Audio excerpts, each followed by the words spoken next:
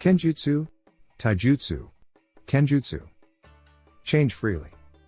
We need to recognize that we are free to change. For example, Atsuki is an atemi or punch in terms of Taijutsu, but can be interpreted as a thrust in terms of Kenjutsu. This is a difference in perception between the two parties.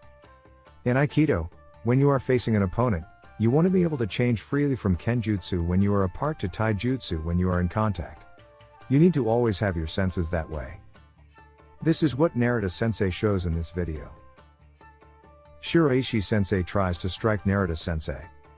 Narita-sensei turns his body to the right on the spot without pulling his feet back. And, at the same time he strikes Shiraishi-sensei's right hand with his left. In this scene, Narita-sensei is moving with Kenjutsu in mind. The sword, with the added weight of Narita-sensei, is throwing Shiraishi-sensei off balance. Kenjutsu, Taijutsu, Kenjutsu. Change freely. Narita-sensei says that such a broad interpretation of Budo is important.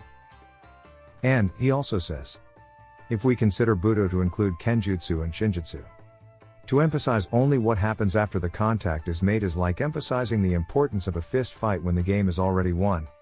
And that is a narrow interpretation of Budo.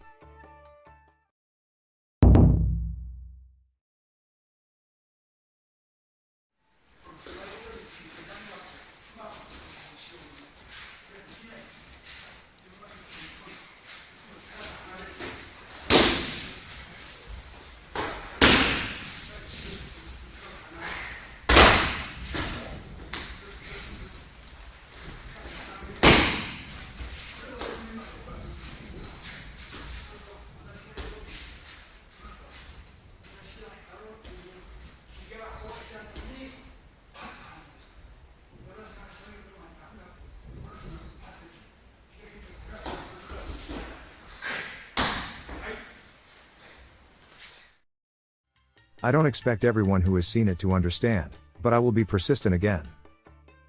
Shiraishi-sensei must be thinking. I'm holding his hand. What shall we do with him from here? And the skin sensation of holding onto the arm. Sight, touch, and thought run through his entire body. Naturally, it is the same for Narita-sensei. In fact, this is the state of balance. Here, Narita-sensei does Chushin Ki-no. Shiraishi-sensei loses his support. This is where the balance is lost. Remember, Narita-sensei is showing us the on and off of Chushin Ki-no from a deliberate stop in order to answer the interviewers at random questions and requests. The actual Chushin Ki-no is continuous and instantaneous. At this moment, Shiraishi-sensei feels a sense of discomfort that is different from fear. It is frustrating that the video doesn't convey that much. The body is trying to defend itself as an instinct before the brain sends out a danger signal. He wants to regain his collapsed position, but he continues to be unable to do so. Narita-sensei says, infinite power is just a little bit higher than the opponent. If the opponent is 5, you are 5.1, if the opponent is 10, you are 10.5, but you are still better. You are free to move by giving the opponent a little bit of tension, a little bit of stiffness, and a little bit of disorientation. You make your opponent unable to move to the next move unless he tries to adjust his body position once. You must freely assimilate your own movements with those of your opponent. This is what Aikido is all about.